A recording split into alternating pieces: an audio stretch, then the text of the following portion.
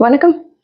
இன்னைக்கு எத பத்தி பேசப் போறேன் அப்டின்னா, ஒரு குட் நியூஸ், ஒரு பேட் நியூஸ். அதுதான் பேசப் போறேன். ஒரே நிகழ்ச்சியில தான் 2மே நடந்தது. என்ன அப்டின்னா, நம்ம தலைவருடைய அடுத்த படத்துக்கு தர்மன் அப்டின்னு பேரு வச்சிருக்காங்க. பேர் என்னமோ பொருத்தமா தான் இருக்கு. தலைவருக்கு ரொம்ப பொருத்தமான பேரு தான்.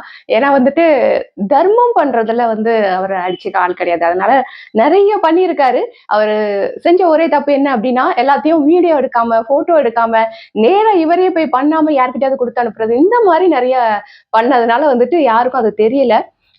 அடுத்து ஒரு வீடியோ நான் அதெல்லாம் சேர்த்து போடலாம் அப்படின்னு தான் இருக்கேன். என்ன அப்படின்னா, தலைவர் தமிழ்நாட்டுக்கு என்ன பண்ணார்? தமிழ்நாட்டு மக்களுக்கு என்ன பண்ணார்? அப்படின்ற கேள்வி நெறைய கமெண்ட்ஸ்ல நான் பார்த்துட்டு இருக்கேன். ஸோ அத ஒரு வீடியோவா நம்ம எடுத்து போடுவோம் அப்படின்னு சொல்லி ஒரு ஐடியா இருக்கு. ஸோ அடுத்த வீடியோல அதான் போடப் போறேன். அது சம்பந்தமா தலைவர் தமிழ்நாட்டு மக்களுக்கு என்னெல்லாம் பண்ணாரு அப்படிங்கிறது சம்பந்தமா உங்ககிட்ட ஒரு ஃபோட்டோஸோ, வீடியோஸோ இல்ல வேற ஏதாவது லிங்க்ஸ் யூடியூப் லிங்க்ஸ் எதனா இருந்துச்சுன்னா, அத அப்படியே எனக்கு கமெண்ட்ஸ்ல குடுத்துட்டு போனீங்கன்னா கொஞ்சம் நல்லா இருக்கும். அதெல்லாம் சேர்த்து நான் ஒரு வீடியோவா கிரியேட் பண்ணி போடலாம் அப்படின்னு இருக்கேன். ஸோ இருந்துச்சுன்னா கொஞ்சம் ஷேர் பண்ணுங்க. ஸோ நானும் நெறைய சர்ச் பண்ணிட்டு இருக்கேன். கண்டிப்பா ஒரு நல்ல வீடியோவா அடுத்து நான் போடுவேன். மறக்காம பாத்துருங்க.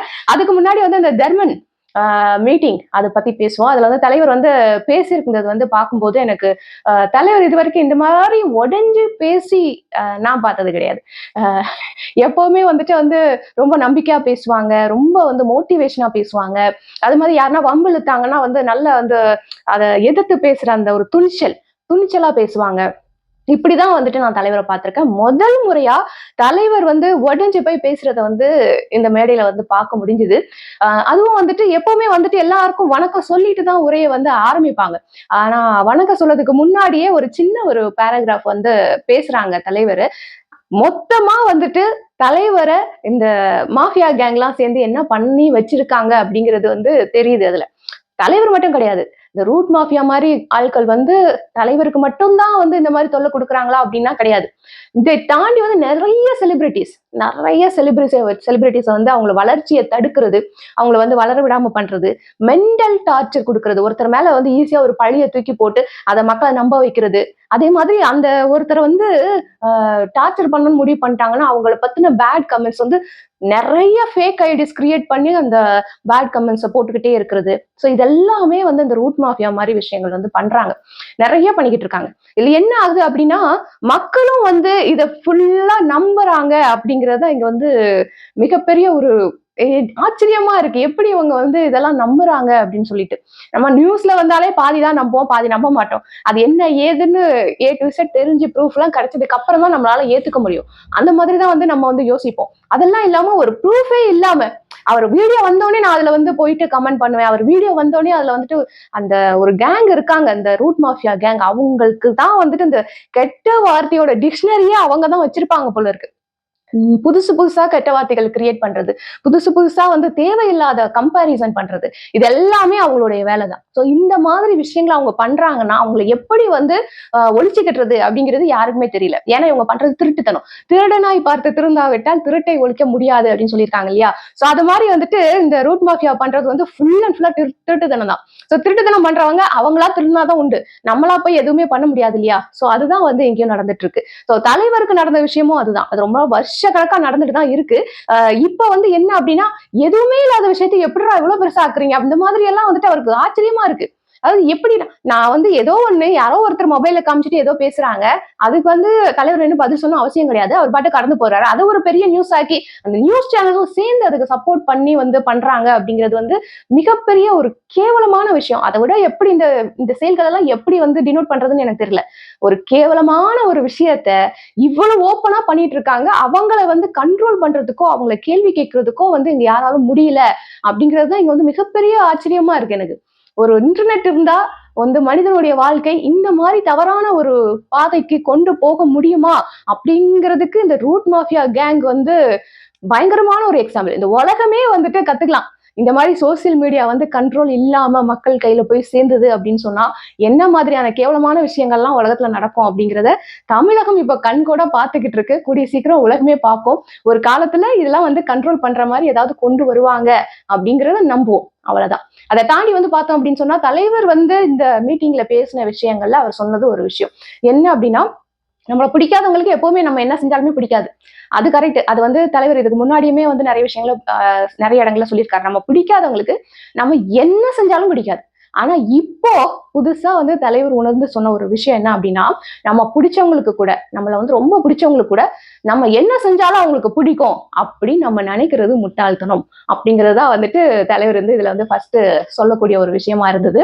இதை வந்து நிறைய பேர் வந்து தலைவருக்கு மேல நிறைய விமர்சனங்கள் வருது, அதனால வந்து அவர் இதை சொன்னாரு அப்படிங்கிறத விட இந்த 2வது வசனம் வந்துட்டு நிறைய பேருக்கு இப்ப பொருந்துது. தமிழ்நாட்டிலேயே நிறைய பேர் செய்யக்கூடிய விஷயங்கள், பொறுப்புல இருக்கக்கூடியவங்க செய்யக்கூடிய விஷயங்கள் அவங்க ஆதரவாளர்களுக்கே முகசுளிப்பை ஏற்படுத்தக்கூடிய விஷயங்களா இருக்கு அப்படிங்கிறது தான் உண்மை.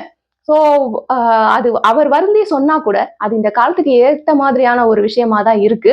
அதை தாண்டி வந்து பார்த்தோம் அப்படின்னு சொன்னா அந்த ஒரு விஷயம் ஒரு ஒரு ஸ்டார்டிங்ல அவர் அந்த ஒரு ஒரு நிமிஷம் பேசுறாரு. ஒரு சின்ன பேராகிராஃப் மாதிரி, இந்த மாதிரி நம்மளுக்கு பிடிச்சவங்களுக்கு எதுவும் பிடிக்காது, நான் வந்து பேச கூப்பிட்டாலே வந்துட்டு எனக்கு தயக்கமா இருக்கு அப்படின்னு வந்து ஒருத்தர் சொல்றாரு. அதுவும் வந்து அவர் எப்படியெல்லாம் பேசியிருக்காருன்னு நம்ம பார்த்திருக்கோம். எப்பேற்பட்ட ஒரு லயன் மாதிரி இருந்த ஒரு லேடி முன்னாடி, கிங் மாதிரி இருந்த ஒரு மென் முன்னாடிலாம் எப்படிலாம் அவர் வந்து பேசியிருக்காரு அப்படிங்கிறதெல்லாம் நம்ம பார்த்திருக்கோம். அப்படிப்பட்ட பெரிய பெரிய மேடைகள், பெரிய பெரிய ஆட்களை வந்து சந்திச்சுட்டு வந்திருக்கக்கூடிய ஒரு மனுஷன், எவ்வளவு வயசான ஒரு மனுஷன், அவ்வளவு பெரிய மனுஷன் வந்துட்டு இன்னைக்கு நீ பேச கூப்பிடுறேன்னா அங்க பேசுறதுக்கு எனக்கு தயக்கமா இருக்கு அப்படின்னு வந்து சொல்றாரு அப்படின்னா, அதுக்கு முழுக்க முழுக்க காரணம் இந்த ரூட் மாஃபியா கேங் மட்டும்தான். தலைவரை மட்டும்தான் அப்படி பண்றாங்களான்னா கிடையாது. இதுக்கு முன்னாடி வந்து ஒரு சில நடிகர்கள் நல்ல முன்னேறி போய் பெரிய இடத்துல உட்கார்ந்துருக்காங்க இல்லையா? சோ அவங்களுக்கு ஆப்போசிட்டா இருக்கிற அத்தனை நடிகர்களையும் வந்து கெரியரை வந்து காலி பண்ணது வந்து இந்த ரூட் மாஃபியா தான். ஒரு புதுசா ஒருத்தர் வர்றாரா, இவர் வந்து போட்டியா வந்துருவாரோ அப்படின்னு சொல்லி அவருக்கு எதிராக வந்து ஏதாவது போட்டு வருது, அவருக்கு எதிராக வந்து ஏதாவது கிண்டலான வார்த்தைகளை போட்டு வருது, அவர் பாடல்களை வந்து கிண்டல் அடிக்கிறது, அவர் படங்களை கிண்டல் அடிக்கிறது, இப்படி பண்ணி பண்ணி பண்ணி பண்ணி மக்கள் மனசுல வந்து ஒரு நல்ல ஹீரோவை வந்து ஒரு கோமாளி மாதிரி ஆக்கி விட்டுறது. இதை வந்து ரூட் மாஃபியா ரொம்ப வருஷமா பண்ணிட்டு இருக்காங்க. இப்பதான் அவங்களுடைய உண்மை முகம் அப்படிங்கிறது வெளியில வருது. நிறைய பேர் இந்த ரூட் மாஃபியால வாழ்க்கை இழந்திருக்காங்க, கெரியரை இழந்திருக்காங்க. நிறைய செலிபிரிட்டிஸோட மென்டல் ஹெல்த் வந்து இதனால பாதிக்கப்பட்டிருக்கு. திடீர்னு வந்து ஒருத்தர் மேல வந்து ஏதாவது ஒரு பழிய தூக்கி போட்டுறாங்க. சோ அது வந்து இல்ல அப்படின்னு ப்ரூவ் பண்றதுக்கு ரொம்ப போராடணும். நான் தலைவர் மட்டும் சொல்லல, நிறைய பேர் இந்த விஷயத்துல பாதிக்கப்பட்டிருக்காங்க. அப்படி இருந்தும் கூட அவங்களால நிரூபிக்க முடியல அப்படிங்கிறப்போ அந்த கேரியரே விட்டுட்டு அவங்க வெளியில போகக்கூடிய நிலைமையெல்லாம் நிறைய பேருக்கு ஏற்பட்டிருக்கு. ஆண்களுக்கு மட்டும்தானா அப்படின்னு கிடையாது, பெண்களும் நிறைய பேர் இதுல பாதிக்கப்பட்டிருக்காங்க. எல்லாருமே வந்து ஒன் பை ஒன்னா அவங்க வந்து வெளியில வருவாங்க இனிமேதான். ஏன்னா இப்பதான் வந்து ரூட் மாஃபியான்னு ஒண்ணு இருக்கு, அது அது வந்து இந்த மாதிரி பண்ணுது அப்படிங்கிறதே வந்துட்டு மக்களுக்கு புரிய ஆரம்பிச்சிருக்கு. சோ அது புரிஞ்சதுக்கு அப்புறம் தான் சோ இதனால பாதிக்கப்பட்ட ஒருத்தரா இனிமே வந்து வெளியில வருவாங்க. வெளியில வந்து இந்த மாதிரி என்னையும் இப்படிதான் பண்ணாங்க, என்னையும் இப்படிதான் பண்ணாங்க அப்படின்னு சொல்லக்கூடிய காலம் ரொம்ப தொலைவில் இல்ல, கண்டிப்பா சொல்லுவாங்க. ஆனா தலைவர் வந்து இந்த அளவுக்கு உடைஞ்சு போய் பேசுறது வந்து என்னால ஏத்துக்கவே முடியல. அவருடைய கண்ணை பார்த்தாலே தெரியுது, அவர் கண்ணுல அவ்வளவு சோகம் இருந்துச்சு. அவ்வளோ எந்தவா பேசுற ஒரு மனுஷன், அவ்வளோ வந்து மோட்டிவேஷனா பேசுற ஒரு மனுஷன் வந்துட்டு உங்களுக்கு பிடிச்சவங்களாவே இருந்தாலும் நீங்க அவங்களுக்கு பிடிக்கும்னு நினைச்சிட்டு என்ன வேணா செய்யாதீங்க அப்படிங்கிற மாதிரியான வார்த்தைகள் எல்லாம் பேசுறாரு அப்படிங்கிறது வந்து என்னால ஏத்துக்கவே முடியல. அந்த இடத்துல தலைவர் அப்படி பேசுனது எனக்கு என்னால இன்னுமே ஏத்துக்க முடியல. இந்த ரூட் மாஃபியாலாம் என்ன பண்றதுன்னு எனக்கும் தெரியல. நான் வந்து என்ன பண்றேன் இப்போ அப்படின்னா, தலைவரை பத்தி எந்த ஒரு வீடியோ வந்தாலும் அதுல போய் தலைவரை பத்தி நல்ல கருத்துக்களை நான் பதிவு பண்றேன். அங்க என்ன கேவலமான கமெண்ட்ஸ் இருந்தாலும் பரவாயில்ல, நான் ஒருத்தி போய் அங்க வந்து ஒரு நல்ல கமெண்ட்டை கண்டிப்பா பதிவு பண்ணிட்டு வர்றேன். ஏன் அப்படின்னா இந்த ரூட் மாஃபியா லட்சக்கணக்கான ஃபேக் ஐடிஸை வச்சுட்டு இஷ்டத்துக்கு கமெண்ட் பண்றாங்க. நம்மள மாதிரி இருக்கக்கூடியவங்க அந்த கமெண்ட்ஸ் எல்லாம் வாசிட்டு நம்மளுக்கு எதுக்குடா வம்பு அப்படின்ட்டு வெளியில வந்துடுறோம். ஸோ இது வந்து அவங்களுக்கு வந்து ரொம்ப அட்வான்டேஜா போயிடுது. சோ நம்ம என்ன பண்ணணும் அப்படின்னா, ஒரு வீடியோ இருந்ததுன்னா அதுல போய் நம்ம தலைவரோட ஃபேனா இருந்தா உங்களால முடிஞ்சா அங்க போய் நல்லபடியா தலைவரை பத்தி கமெண்ட் பண்ணுங்க. நல்ல கமெண்ட்ஸ் யாராவது போட்டிருந்தாங்கன்னா கண்டிப்பா லைக் கொடுத்துட்டு வாங்க. கெட்ட கமெண்ட்ஸ்க்கு ஏன் லைக் அதிகமா வருதுன்னா அவங்க ஃபேக் ஐடியா வச்சு லைக் கொடுத்து அதை வந்து தூக்கி ஃபர்ஸ்ட் கமெண்ட்ல வச்சிடறாங்க. சோ நல்ல கமெண்ட்ஸ் எல்லாம் ஏன் கண்ணில் பட மாட்டேங்குது அப்படின்னா, நம்மள மாதிரி ஆட்கள்லாம் நல்ல கமெண்ட்டுக்கு போய் லைக் கொடுக்கறது இல்ல, வாசிட்டு வந்துடுறோம். சோ அங்க போய் லைக் கொடுத்தா அதான் நம்மளுடைய நல்ல கமெண்ட்ஸ் வந்து மேல வரும். சோ இதெல்லாம் சோசியல் மீடியால பொதுவா எல்லாருக்குமே தான் நடக்குது, நான் தலைவருக்கு மட்டும் சொல்லல. சோ எல்லாருக்குமே நடக்குது. இதை நம்ம ஓவர் கம் பண்ணி வரணும் அப்படின்னு சொன்னா, ஒண்ணு சோசியல் மீடியாஸ்ல இந்த கமெண்ட் செக்ஷனை பாக்குறத மொத்தமா நம்ம வந்து ஸ்டாப் பண்ணிடணும். இல்ல சோசியல் மீடியாவே வந்து நம்ம ரெஸ்ட்ரிக்ட் பண்ணி யூஸ் பண்ண ஆரம்பிக்கணும். இதெல்லாம் வந்துட்டு ஒட்டுமொத்த மக்களும் பண்ணாதான் இந்த ரூட் மாஃபியா என்ன பண்றாங்க, அவங்களுடைய சதி வேலைகள் அதெல்லாம் வந்துட்டு செயல் இழக்கும். ஆனா இதெல்லாம் வந்து சாத்தியமான்னு கேட்டீங்கன்னா கண்டிப்பா சாத்தியமே கிடையாது.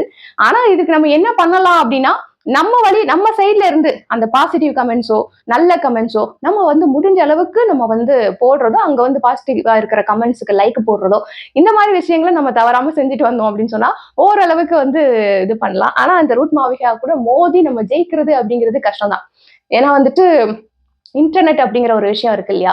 சோ இதுல வந்துட்டு ஃபேக் ஐடி வரக்கூடாது அப்படிங்கிற ஒரு விஷயத்த வந்து எல்லா சோசியல் மீடியாவும் கொண்டு வந்தாங்க அப்படின்னு சொன்னா, ஓரளவுக்கு நம்ம வந்து இந்த ரூட் மாஃபியாவ கண்ட்ரோல் பண்ணலாம். ஏன் அப்படின்னா, இப்போ என்னுடைய ஐடி இருக்குன்னு வச்சுக்கோங்களேன். இப்ப நம்மளுக்கு ஆதார் ஐடி இருக்கு, பான் கார்டு இருக்கு. இந்த மாரி ஏதாவது ஒரு ஐடி ப்ரூஃப் குடுத்து தான் நீ வந்து அக்கவுண்ட் கிரியேட் பண்ண முடியும். அப்படிங்கிற ஒரு ரூல் சோசியல் மீடியால வந்துச்சுன்னா, அத வந்து எல்லாரும் ஃபாலோ பண்ணி தான் ஆகணும். அப்படி ஃபாலோ பண்ணும்போது இந்த ஃபேக் ஐடிஸ்லாம் உருவாக்குறதுக்கு வாய்ப்புகள் இல்லாம போகும். ஸோ அந்த மாதிரியான விஷயங்கள இந்த இன்ஸ்டா அப்படிங்கிற மாதிரியான சோசியல் மீடியாஸ்லாம் கொண்டு வருவாங்களா? அப்படி கொண்டு வந்தா தான் இந்த மாதிரி இருக்கக்கூடிய ரூட் மாஃபியாக்கள வந்து நம்ம ஒழிச்சு கட்ட முடியும். ஸோ அந்த மாதிரி விஷயங்கள அமல்படுத்துறதுக்கு என்ன வழிமுறை அப்படிங்கிறதெல்லாம் எனக்கு தெரியல. நான் உட்கார்ந்து யோசிச்ச வரைக்கும் எனக்கு இந்த ஒரு வழிமுறை தான் எனக்கு தோணுச்சு. ஒரு ஐடியாவா தோணுச்சு. சோ அத வந்து நம்ம ஷேர் பண்ணிக்கலாம் அப்படிங்கிறது தான். சோ ஒரு இன்ஸ்டாவா இருக்கட்டும், யூடியூபா இருக்கட்டும், இல்ல வேற எந்த சோசியல் மீடியாவா இருக்கட்டும், உங்களோட ஐடி ப்ரூஃப் குடுத்து தான் நீங்க வந்து அதுல அக்கவுண்ட் கிரியேட் பண்ண முடியும். வேற எப்படியும் நீங்க கிரியேட் பண்ண முடியாது. அதுவும் ஒரு ஐடி ப்ரூஃப்க்கு ஒரே ஒரு அக்கவுண்ட் தான் நீங்க கிரியேட் பண்ண முடியும். அப்படிங்கிற மாரியான ரூல்ஸ் எல்லாம் நம்ம வந்து கொண்டு வரணும். கொண்டு வந்தா தான் நம்ம வந்து இதெல்லாம் இது பண்ண முடியும். சரி மல்டிபிள் அக்கவுண்ட் நீ வச்சுக்கலாம். வச்சுக்கிட்டா கூட அதுக்கு நமக்கு ஒரு லிமிட் போட்டு குடுக்கலாம்ல. இப்போ ஒரு ப்ரொஃபஷனலா நீ ஒரு அக்கவுண்ட் வச்சிருக்க, பர்சனலா ஒரு அக்கவுண்ட் வச்சிருக்கேன்னா, சரி ஓகே வச்சுக்கோ. இந்த ஐடியில் நீ ஒரு ப்ரொஃபஷனல் அக்கவுண்ட் வச்சிருக்கியா, பர்சனல் அக்கவுண்ட் வச்சிருக்கியா வச்சுக்கோ. அது ரீசனபிளா இருந்தா அத வந்து நம்ம அங்கீகாரம் பண்ணலாம். அந்த மாதிரி வந்து நம்ம கொண்டு வரலாம். சோ இதெல்லாம் வந்து கொண்டு வந்தாதான் நம்ம இந்த ஆன்லைன்ல நடக்கக்கூடிய இந்த மாதிரி தேவையில்லாத அது என்ன அது கேவலமான வேலைகள் எல்லாம் வந்துட்டு நம்ம தடுக்க முடியும். இதுக்கெல்லாம் யார் நடவடிக்கை எடுக்கணும் அப்படிங்கிறது எனக்கு தெரியல. யார்கிட்ட இதெல்லாம் கம்ப்ளைண்ட் பண்ணணும்னு எனக்கு தெரியல. ஆனா யார்கிட்டயாவது கம்ப்ளைண்ட் பண்ணணும், யார்கிட்டயாவது இந்த ஐடியாவை சொல்லணும் அப்படின்னு எனக்கு தோணுச்சு. யார்கிட்ட சொல்லணும்னு தெரியல. அதனாலதான் உங்ககிட்ட சொல்லியிருக்கேன். என்ன நான் ஏன் இப்படி பேசுறேன் அப்படின்னா, பியூர்லி அன்னைக்கு தலைவர் பேசினது வந்து என்னால வந்து அவர் அந்த மாதிரி ஒரு ஸ்டேட்ல வந்து என்னால தலைவரை பார்க்கவே முடியல. அதுல வந்து ஃபர்ஸ்ட் போஸ்டர்லாம் வெளியிட்டாங்க. பேர் வெளியிட்டாங்க. பேர் வந்து தர்மன் அப்படின்னு சொல்லிட்டு பெயர் அந்த படத்தோட பேர் வெளியிட்டாங்க. கமலஹாசன் அவர்கள் பேசினாங்க. அதுக்கப்புறம் சிம்ரன் அவர்கள் பேசினாங்க. படத்தோட டைரக்டர் பேசினாரு. தலைவரும் பேசினாங்க. சோ எல்லாருமே பேசுறாங்க. ஆனா அந்த ஒரு நிமிஷம் ஸ்டார்டிங்ல அந்த ஒரு நிமிஷம் தலைவர் பேசின அந்த ஒரு இது வந்து எதுவுமே வந்துட்டு ஏத்துக்கிற மாதிரி இல்ல. நல்ல மனுஷங்களை ஏன்டா இப்படி பண்றீங்க அப்படிங்கிற மாதிரிதான் எனக்கு தோணுச்சு. இதெல்லாம் தாண்டி இன்னொரு விஷயம் என்னன்னா, அந்த நிகழ்ச்சிக்கு வந்துட்டு தலைவர் வெளியில போகும்போது, அன்னைக்கு வந்து அப்பதான் அதுக்கு முந்தின நாள் என்னவோ வந்துட்டு விஜய்க்கு வந்து பர்த்டே வந்திருந்தது. சோ விஜய் பர்த்டேக்கு நீங்க வந்து விஷ் பண்ணீங்களா இல்லையா? எங்களுக்கு தெரியவே இல்லையா நீங்க விஷ் பண்ண மாதிரி அப்படின்னு சொல்லி ஒரு பத்திரிகையாளர் தலைவர்கிட்ட கேள்வி கேட்கிறாரு. எதுக்காக விஷ் பண்ணணும்? எதுக்கு விஷ் பண்ணணும்? இந்த கேள்வி எதுக்கு நீ தலைவர்கிட்ட போய் கேட்கிற? சிஎம்மா வந்தா நீ விஷ் பண்ணலன்னு கேட்கிற, பர்த்டே வந்தா நீ விஷ் பண்ணலன்னு கேட்கிற. உங்க விஜய் தான் எங்க கொண்டாடணுமோ அங்க போய் கொண்டாடிட்டு இருக்காருல்ல பர்த்டேய. அதான் போட்டோஸ் எல்லாம் பாக்குறோமே நாங்க. அப்ப எங்க கொண்டாடணுமோ அங்க கொண்டாடுறவனுக்கு வந்து அவங்க ஃபேமிலியே விஷ் பண்ணல. விஜய்க்கு வந்து அவரோட ஃபேமிலியே விஷ் பண்ணல. அப்படி இருக்கும்போது தலைவர்கிட்ட வந்து எதுக்கு கேக்குறீங்க நீங்க? ஃபேமிலி விஷ் பண்ணிச்சா இல்லையான்னு விஜய் கிட்ட போய் கேட்கணும். உன் ஃபேமிலி விஷ் பண்ணிச்சா, உன் ஒய்ஃப் விஷ் பண்ணாங்களா, உன்னுடைய குழந்தைங்க விஷ் பண்ணாங்களா, உன் ஒய்ஃப் கூடயும் குழந்தைங்க கூடயும் சேர்ந்து நீ பர்த்டே செலிப்ரேட் பண்ணியா அப்படின்னு உங்க சிஎம் கிட்ட போய் கேளுங்க. சரியா? அதை விட்டுட்டு தலைவர்கிட்ட வந்துட்டு நீ வந்து விஜய்க்கு விஷ் பண்ணியா இல்லையான்னு கேட்கறதுக்கு யாருக்கும் தகுதி கிடையாது. அது ரொம்ப கேவலமான எச்ச வேலை. பத்திரிகைகளுடைய எச்சத்தனத்தோட உச்சம் தான் இந்த கேள்வி அப்படிங்கிறது வந்து எல்லாருக்குமே தெரியும். தேவையில்லாத அணி தான் இந்த வந்து பத்திரிகைக்காரங்க. அதுவும் வந்து விஜய்க்கு சப்போர்ட் பண்ற பத்திரிகைக்காரங்க இருக்காங்க தெரியுமா? இந்த அணில் பத்திரிகைக்காரங்க. அவங்க எல்லாருமே வந்து தேவையில்லாத வேலையை தான் பண்ணிட்டு இருக்காங்க. ஒரு மொபைல வச்சுட்டு தலைவர் வந்து வீடியோ எடுத்து அவரை சீன்றது. அதுக்கப்புறம் இந்த மாதிரி வந்துட்டு நீ விஷ் பண்ணலையான்னு பின்னாடியே வந்துட்டு மைக்க தூக்கிட்டு அலையிறது. மைக்குனால நிறைய விஷயங்கள் மாறி இருக்கு இந்த உலகத்துல. ஆனா கேவலமான விஷயங்கள் நடக்கிறது இங்கதான் இருக்கும். தமிழ்நாட்டுல தான் இருக்கும். அதுவும் இந்த ரூட் மாவியால இருக்கிறவங்க, விஜய் ஆதரவு பண்ற பத்திரிகைங்க இவங்க தான் இந்த எச்ச வேலையெல்லாம் பாக்குறாங்க. அவர் விஷ் பண்ணா என்ன, விஷ் பண்ணலைன்னா என்ன? அவர் வேலையை பார்த்துட்டு போயிட்டு இருக்காரு. அவர் படத்தோடைய ஒரு ஓப்பனிங் விழாக்கு வந்துட்டு போயிட்டு இருக்காரு. அவர்கிட்ட போயிட்டு என்ன நீ விஜய்க்கு விஷ் பண்ணலையா இல்லையா, எங்களுக்கு தெரியலையா, உங்க வீட்டுல வந்து சொல்லிட்டு உங்களை கூட்டு போய் உங்க முன்னாடி வச்சு அவர் விஷ் பண்ணணுமா? சொல்லுங்க. அவர் விஷ் பண்ணலைனாலும் அது தப்பு கிடையாதுங்க. விஷ் பண்ண வேண்டிய அவசியமே கிடையாது. விஜய் வந்து தலைவரை மதிக்கவே இல்லை. அவர் வந்து ஏறும்போது ஏணியா யூஸ் பண்ணாரு தலைவரை. யூஸ் பண்ணிட்டு ஏறினதுக்கு அப்புறம் ஏணி எட்டி உதைக்கிறதுன்னு சொல்லுவாங்கல்ல, கரெக்டா பண்ணாரு விஜய். ஏறினதுக்கு அப்புறம் ஏணி எட்டி உதைக்கிறது. அப்புறமேட்டு இப்ப வந்துட்டு நான் வந்து எம்ஜிஆரோட ஃபேனு அப்படின்னு சொல்லிட்டு தெரியுது. எம்ஜிஆர் நல்ல வேலை உயிரோட இல்லைன்னா அவர் தலையிலும் ஏறி உட்கார்ந்து மீச்சிருப்பாரு விஜய். நான் வந்து ஏறுற வரைக்கும் எம்ஜிஆர் யூஸ் பண்ணிட்டு அதுக்கப்புறம் எம்ஜிஆரையும் எட்டி வச்சிருப்பாரு. இதுதான் விஜயோட கேரக்டர். இந்த கேரக்டர் இருக்கிற ஒரு ஆளுக்கு எதுக்காக தலைவர் விஷ் பண்ணணும்? தேவையில்லைல்ல. இந்த கேள்வி எதுக்கு நீங்க தலைவர்கிட்ட கேக்குறீங்க? விஜய் கிட்ட போய் கேளுங்க. உங்க குடும்பத்துல விஷ் பண்ணாங்களா? உங்க அப்பா விஷ் பண்ணாங்களா? உங்க அம்மா விஷ் பண்ணாங்களா? உங்க வைஃப் விஷ் பண்ணாங்களா? உங்க பிள்ளைங்க பையனும் பொண்ணும் உங்களுக்கு விஷ் பண்ணாங்களா? எல்லா குடும்பமா உட்காந்து கேக் கட் பண்ணீங்களா? கேளுங்க. அவர் எங்க போய் கேக் கட் பண்ணிட்டு இருக்காருன்னு போட்டோ தான் வந்து சமூக வலைதளம் ஃபுல்லா சுத்திட்டு கிடக்குது. இதெல்லாம் பார்த்துட்டும் வந்து நீங்க வந்து தலைவர் வந்து வம்பிழுப்பீங்களா? இது வந்து எச்சத்தனத்தோட உச்சம் தான் சொல்லணும். அந்த கேட்ட அந்த பத்திரிக்கைக்காரன் இந்த வந்து வீடியோவை பாக்குறாங்களா இல்லையான்னு எனக்கு தெரியல. அந்த கேள்வி கேட்ட பத்திரிக்கைக்காரங்க வந்து எச்சத்தனத்தோட உச்சத்துல இருக்காங்க அப்படின்னு தான் அர்த்தம். விஜய பத்தின கேள்வியை இனிமே தலைவர்கிட்ட கேட்கறத ஸ்டாப் பண்ணிக்கோங்க. இதுதான் வந்துட்டு என்ன சொல்றது? நம்ம வந்து எதுவுமே பண்ணாம அகிம்சை வழியில போயிட்டு இருக்கோம். சோ இப்படியே போக விட்டுருங்க. அப்படி இல்ல இழுப்போம், வம்புக்கு இழுப்போம், அவருக்கு வயசாயிடுச்சு, இனிமே வந்து தலைவர் எதுவும் பண்ண மாட்டார்லாம் நினைக்காதீங்க. நாங்க இருக்கோம் யங்ஸ்டர்ஸ், எங்க தலைவருக்காக இறங்கி பண்றதுக்கு. என்ன வேணா பண்ணுவோம். எங்க தலைவருக்காக நாங்க இறங்கி எது வேணா பண்ணுவோம். இதோட லாஸ்ட் நிறுத்திக்கோங்க. நீங்க சிஎம் ஆயிட்டீங்களா போய்க்கிட்டே இருக்கணும். அதை விட்டு திரும்பவும் வந்து இந்த காக்கா குத்துற வேலையை திரும்பவும் ஆரம்பிச்சீங்கன்னு வச்சுக்கோங்க, வேற மாதிரி விளைவுகளை நீங்க சந்திக்க வேண்டியிருக்கும். ஏற்கனவே நீங்க பண்ற வேலையெல்லாம் வந்துட்டு உங்களுக்கு ஆதரவா ஓட்டு போட்டவங்களுக்கே இப்ப பிடிக்க மாட்டேங்குது. அதையும் தாண்டி வந்துட்டு எங்கள மாதிரி உங்களுக்கு ஆப்போசிட்டா இருக்கிறவங்களையும் சேர்ந்து வம்பிழுக்கிற மாதிரி மொத்த பேரையும் வம்பிழுத்துட்டு என்ன பண்ண போறீங்க நீங்க? நீங்க என்ன பெரிய இதாயிடுவீங்களா? அப்படியே சட்டசபையில அப்படி கைய காமிச்சோன்னு அப்படியே உங்களை வந்து அப்படியே பெரிய இவன் அப்படின்னு சொல்லிட்டு எல்லாம் தலையை தூக்கி வச்சு ஆடுவாங்களா உங்களை? ஒண்ணும் கிடையாது. நீங்க பண்ற கேவலமான வேலை இதெல்லாம் வந்துட்டு சட்டசபையில பண்றது இது வரைக்கும் எந்த சிஎமும் வந்து சட்டசபையில இந்த மாதிரி பண்ணது இல்ல. பேசியிருக்காங்க, நிறைய பேசியிருக்காங்க, ஆப்போசிட்டா உட்காந்து தாறுமாறா கிழிச்சிருக்காங்க. ஆனா இந்த மாதிரி நடிக்கிற வேலையெல்லாம் வந்துட்டு எந்த சிஎமும் பண்ணதில்ல. நடிகரா இருந்து வந்த சிஎம் கூட இந்த மாதிரி பண்ணது கிடையாது. இதுக்கு மேல வந்து என்ன சொல்றதுன்னு தெரியல. இதோட ஸ்டாப் பண்ணிக்கிட்டா நல்லது. விஜய்க்கு நல்லது. அப்படி இல்ல அப்படின்னா விஜய் வந்து இதோடைய விளைவுகளை சந்திக்க வேண்டியிருக்கும். அவ்வளவுதான்.